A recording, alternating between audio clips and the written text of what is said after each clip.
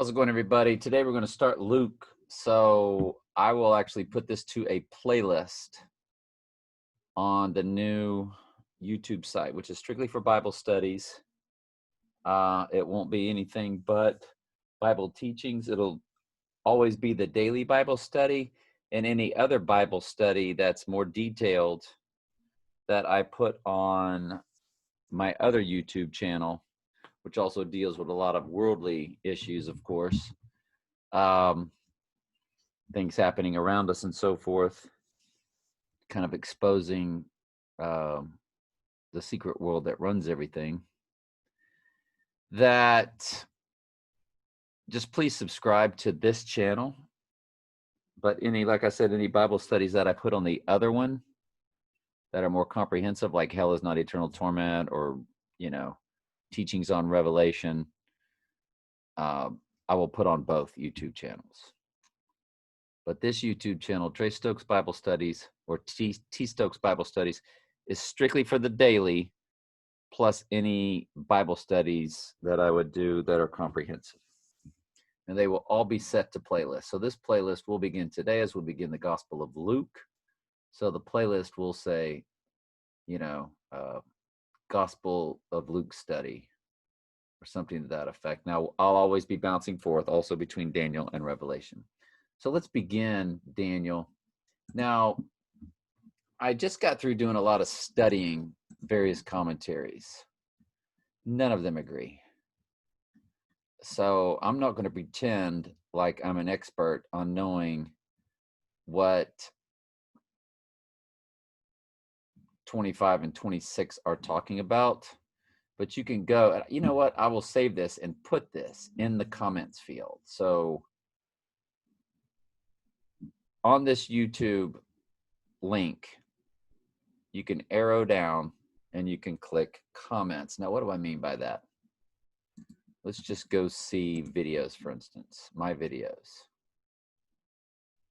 And which one would I have that would have a lot of comments? Or where I would have put comments?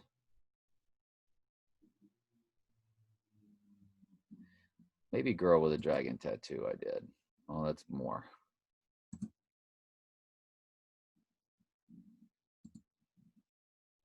Hopefully on this one I did. All right. This is the comments. See where I put links down in the comments? And you would have to like arrow down, because when you arrow down, it'll open it up. And so I'm going to put this Daniel commentary if you want to do your own investigations. I'm not dogmatic about what I'm about to tell you as far as the first two verses. But I do think 927, of course, is the Antichrist. And the New Living Translation does kind of present it to us in that way. So let's just show you what I'm talking about. And I'm going to read this in the New Living, and then we'll come back and read it in the King James. Now listen and understand, 7 sets of 7 plus 62 sets of 7 will pass from the time the command is given to rebuild Jerusalem until a ruler, the Anointed One, comes. Jerusalem will be rebuilt with streets and strong defenses, despite the perilous times. After this period of 62 sets of 7, the Anointed One will be killed, appearing to have accomplished nothing. Now, I think that that's Jesus.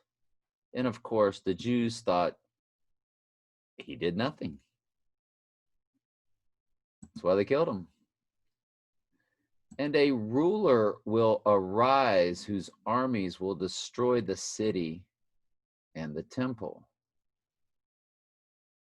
The end will come with a flood, and war and its miseries are decreed from that time to the very end of time. It just says to the very end. Now, I want you to think about this flood.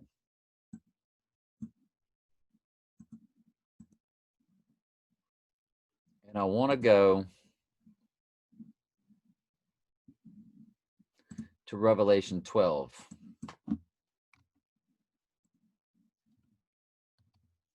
Just to give you an idea. Now, I don't mean to be bouncing all over the place. If this anointed one,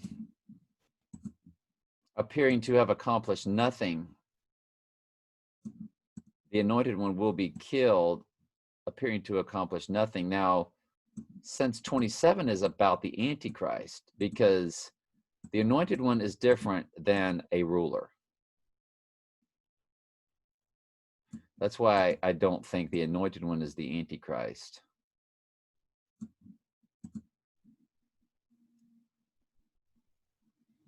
If it was the Antichrist, then the ruler would be, let's say,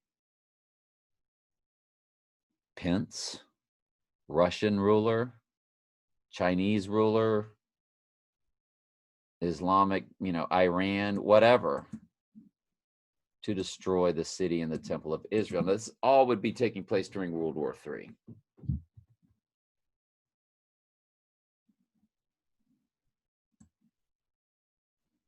No, I disagree with that.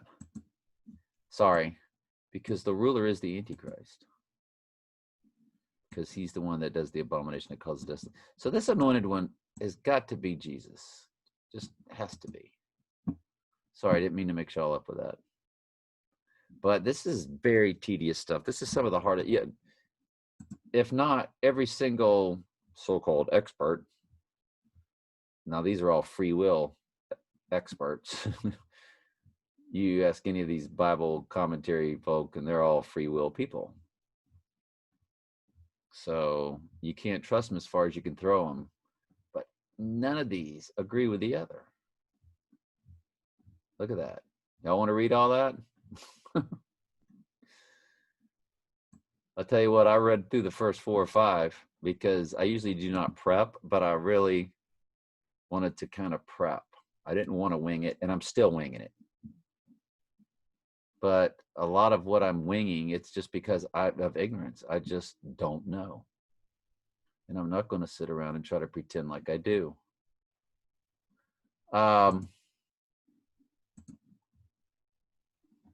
Sorry.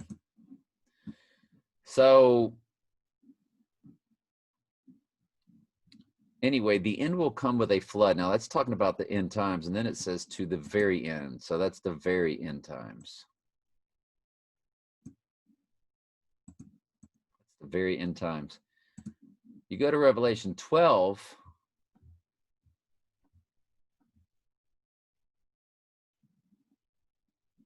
And it's talking about the time, and half of a dividing time. That's the 3.5 years. From the face of the serpent, because you're in the great tribulation time. And the serpent will cast out of its mouth, his mouth, water as a flood after the woman. I believe this is talking about the true Jewish bloodline lineage.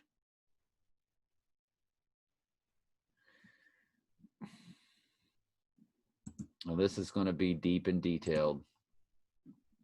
When you go to Romans 11, and to keep this from lasting an hour, I'm just going to tell you what to do. And I'm going to put this in the comments also. This is one of the most tedious chapters in all of the Bible, because it's talking about the true Jewish bloodline lineage, and it refers to them as Israel, and it refers to you Gentiles as the church, but not of the true Jewish bloodline lineage. So just to give you an idea, the church is Israel, and Israel is the church. Let me explain that. In Acts, New Testament, it says, this was he that was in the church. Now, this is receiving the 10 Commandments. Mount Sinai, the lively oracles. That's 10 Commandments, lively oracles. Where did that take? Mount Sinai. What was it called? It was called the church. God's chosen few, God's elect are Israel. Back in the Old Testament days, it was a nation state. In the New Testament, it is of all flesh be saved. A remnant is of true Old Testament Jewish bloodline lineage. The rest, the majority, are grafted in Jews. We are spiritual Jews. That's what Romans 11 is explaining, this grafting in process. But there's a particular verse. For I would not, brethren, that you should be ignorant of this mystery, lest you be wise in your own conceits.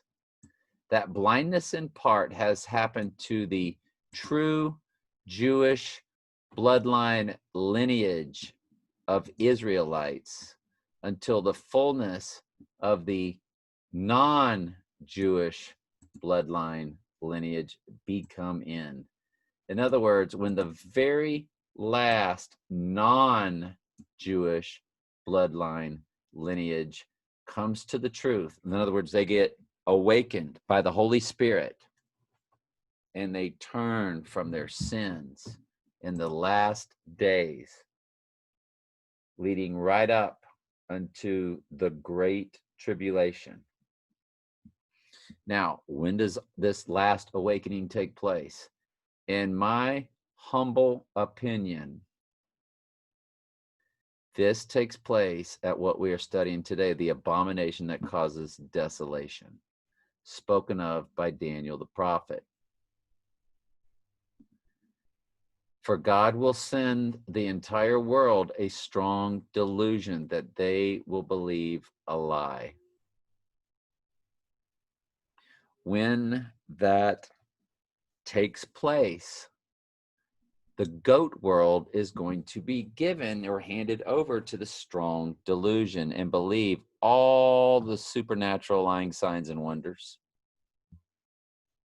Jesus said it will be so powerful, and we're going to go over all of this, that if it were possible, the very elect of God would be fooled.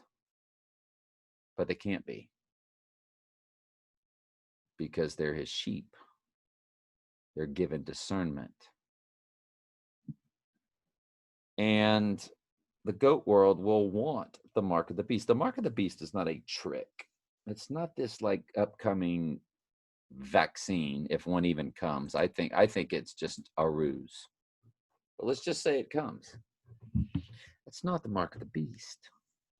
Buying and selling is not the end all to the mark of the beast. The mark of the beast has to come with all supernatural lying signs and wonders, with an antichrist declaring himself to be God, standing in the holy place known as the abomination that causes desolation, which is what we're going to be reading about today, along with a false prophet that makes fire flash down from heaven to the earth in the sight of man, Revelation 13:13. Actually, everything you read in Revelation 13 has to be taking place, along with an image that speaks, which will be related to artificial intelligence or the ghost in the machine or Satan in the computer. So, and that's a long story, and that's on my other YouTube channel. So my point in closing is, and I think this is so long and so detailed, I'm going to put this on my other YouTube channel also, because it's a lot to do with the end times.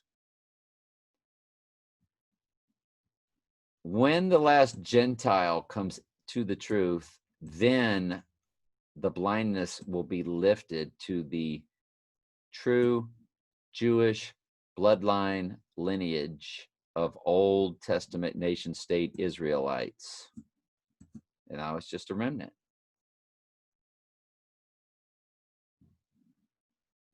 So all Israel shall be saved, as it is written. There shall come out of Sion the deliverer, and shall turn away ungodliness from Jacob. Now, this doesn't mean every single Jewish bloodline lineage person ever born is saved. No. For this is my covenant unto them when I shall take away their sins. As concerning the gospel, they are enemies for your sakes. But as touching the election, they are beloved for the Father's sakes. Now that's in the King James. If I were to throw that over to the New Living, I would like to read it in that and see just what it says to see if they are accurate. Because it actually is easier to read. I want you to understand this mystery, dear brothers and sisters, so that you will not feel proud by yourselves. Now, this is talking to the non-Jewish lineage sheep. Some of the people of Israel have hard hearts, but this will last only until the full number of non-Jewish bloodline lineage come to Christ. And so all Israel will be saved, as the scriptures say. The one who rescues will come from Jerusalem, and he will turn Israel from ungodliness. And this is my covenant with them, and I will take away their sins. Many of the people of Israel are now enemies of the good news, and this benefits you Gentiles. Now, if this means every single Jewish bloodline lineage person is saved, so be it. I don't see it that way, but it could be. I'm not going to be dogmatic about it either way, because I don't want to be a false teacher, because this is tedious. This is, and you're going to, if you go to Bible commentaries and so forth, you're going to get a lot. And you know what? I'll let you do your own study on it.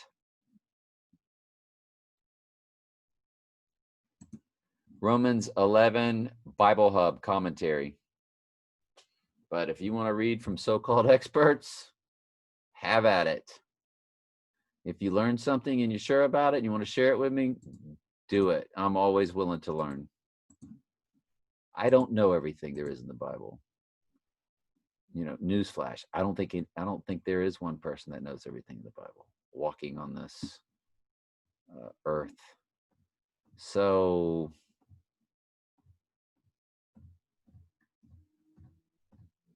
if we see what they say, if we just do a glimpse,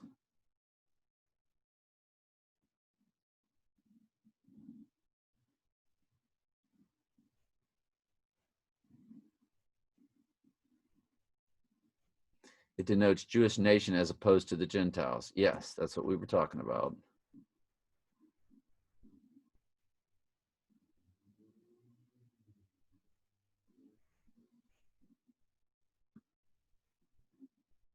So all Israel shall be saved, as it is written, there shall come. Not much there. It's just, I'm telling you, hey, do your own research. I'm not going to be dogmatic about any of it. So, what was my point? Let's go back and just continue with where we were. The flood. Revelation 12. This flood, apparently there is a flood somehow, some way that takes place, that happens in Israel during World War III. I have no idea how it happens, but it's going to happen because it's written in two separate places in the Bible. And when you see it written in two separate places, that's not symbolic. That's going to be literal. So it's going to be taking place. Something is going to go down and from that regard.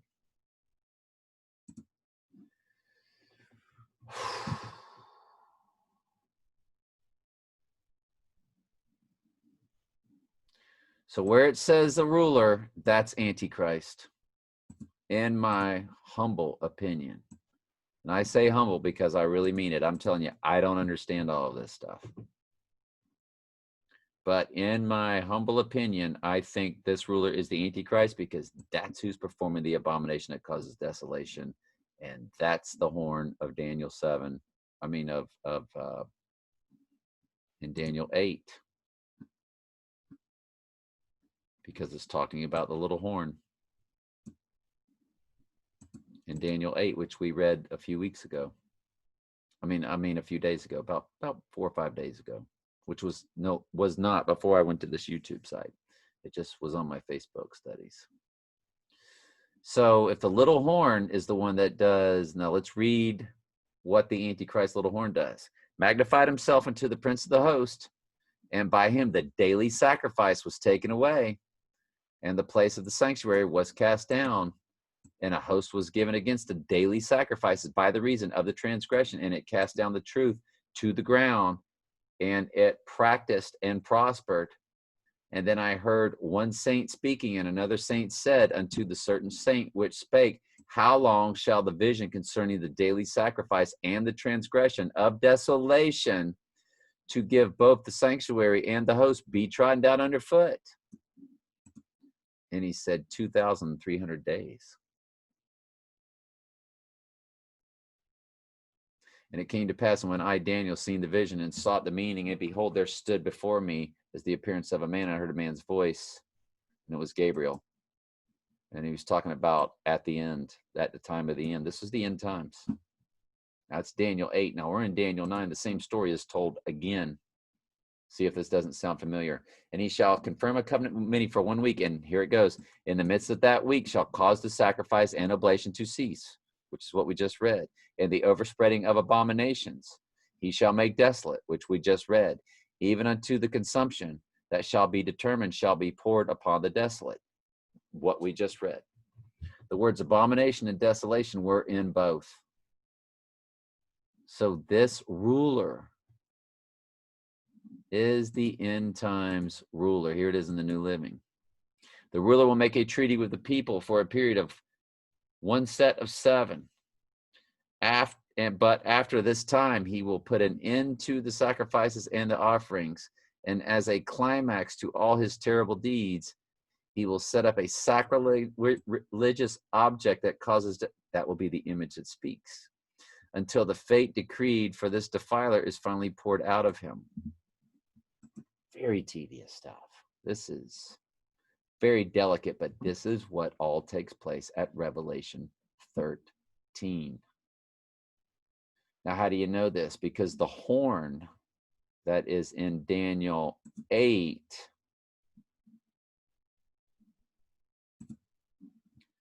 this horn that's in Daniel 8 is the little horn of Daniel 7. And both in Daniel 7:21 and Daniel 7:25, it speaks of making war against the saints, which is said also in Revelation 13, the beast out of the sea, known as the Antichrist, it says makes war with the saints. So it's through that process, the little horn of Daniel 8 is the little horn of Daniel 7, who makes war with the saints, as does the beast out of the sea in Revelation 13 makes war with the saints. That's how you know the little horn is the Antichrist. And you know it's Donald Trump, because Jesus said, I come in my Father's name, and ye receive me not. But if one shall come in his own name, him you will receive. Well, a trump is a horn. A trump is a trumpet. A trumpet is a horn, is a trump, is a trumpet, is a horn. All three are synonymous. They're synonyms. He's here in his own name. And guess what? Trump Tower has 5 multiple addresses. Trump Tower has 5 multiple addresses, 721 through 725. That perfectly match the passage of the little horn of Daniel 7, 721 through 725, which are the Daniel 7 passages as the little horn acting as the actual Antichrist, making war with the saints. And you know how many so-called Christians think Donald Trump hangs the moon like he's just number one? Yeah. Not everyone that says to me, Lord, Lord, haven't we prophesied in your name and done many wonderful works in your name and cast out devils in your name? And Jesus says what to them? I never knew you. If God doesn't pull you out of supporting Donald Trump, especially if you're in that QAnon cult, trust me, if you take that with you to the end, if the Lord doesn't wake you up at some point from that, he never knew you. It's not your fault. You were just not chosen at the foundation of the world to the truth. And you will receive death, not eternal torment. So, geez, I know this is long. Golly, I'm so sorry that these daily Bible studies, one's going to turn into like a real, very long and strong amount of time. So, let's finish up. The will we read that. Daniel's vision of the messenger. In the 3rd year of the reign of King Cyrus of Persia. Now we're starting Daniel 10, which Daniel 10 and 11, forget about it. Very tough. I, Daniel, known as Belshazzar, had another vision. Now this is during the reign of Cyrus of Persia. So this is during the Medes and the Persians. He understood the vision concerned events certain to happen in the future, times of war and great hardship. When this vision came to me, I, Daniel, had been mourning for 3 whole weeks. And at that time, I had eaten no rich food, no meat or wine crossed my lips. I used no fragrant lotions until those 3 weeks had passed. So basically, he was fasting. He was troubled in his spirit. Couldn't eat, didn't feel like taking part in anything luxurious, tasteful, appealing. Nothing could make him happy, so he took part in nothing that would make him happy. If I could just break that down for you in the slightest. All right, let's finish up with Luke now. We're beginning Luke. I'm very excited to go through. I will be able to be a lot more, I'll be much more helpful in this gospel. Anyway, for as much as many have taken in hand, the King James, yes, to set forth in order a declaration of those things which are most surely believed among us, even as they delivered them unto us, which from the beginning were eyewitnesses and ministers of the word.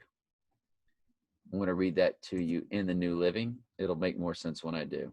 Many people have set out to write accounts about the events that have been fulfilled among us, talking about Jesus. They were witnesses to it, of course. They used the eyewitness reports circulating among us from the early disciples. Having carefully investigated everything from the beginning, I also have decided to write an account for you, most honorable Theophilus. You can be certain of the truth of everything you were taught. Now, this is the birth of John the Baptist foretold. When Herod was king of Judea, there was a Jewish priest named Zechariah. He was a member of the priestly order of Abijah, and his wife Elizabeth was also from the priestly line of Aaron. Zechariah and Elizabeth were righteous in God's eyes, careful to obey all of the Lord's commandments and regulations. Now, that was not free will. God had ordained them and called them to that. They had no children because Elizabeth was unable to conceive, and they were both very old. Now, to read that in the King James. For as many have taken in the hand of the order of declaration of those things which are most surely believed among us, even as they delivered them unto us, which were from the beginning, were eyewitnesses and ministers of the word. It seemed good to me also, having had perfect understanding of all things from the very first, to write unto thee in order, most excellent Theophilus, that thou mightest know the certainty of those things therein has been instructed. There was in the days of Herod, a king of Judea, a certain priest named Zechariah, and of course, Abiah and his wife of the daughters of Aaron, and her name was Elizabeth. And they were both righteous before God, working in the commandments and ordinance of the Lord, blameless. And they had no child because Elizabeth was barren, and they both were now well stricken in years. Thank y'all very much for hanging in there. I love you.